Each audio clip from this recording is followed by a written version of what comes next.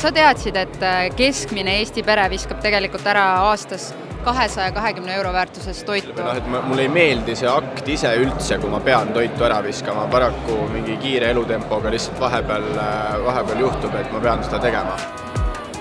Täna me siis näitlikustame, et kodus võiks siis viimase kuupäevaga toidust ikkagi teha midagi. Ja kusjuures ma enne just mõtlesin sama, et loodetavasti tehakse sellistest asjadest. Ja kas sa ise ka selles mõttes jälgid selliseid põhimõtteid, või ma ei tea, kui palju sa näiteks raiskad kodus toitu või sa pigem väga ei jälgi? Poest üritan võtta näiteks sellised puuvilju, mis võib-olla ei ole nii kenad, sest ma tean, et nendega ma hoian loodust.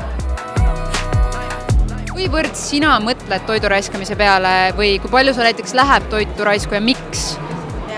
No meie oleme selles osas pigem selline teadlik pere, kellel kindlasti need kulud on väiksemad.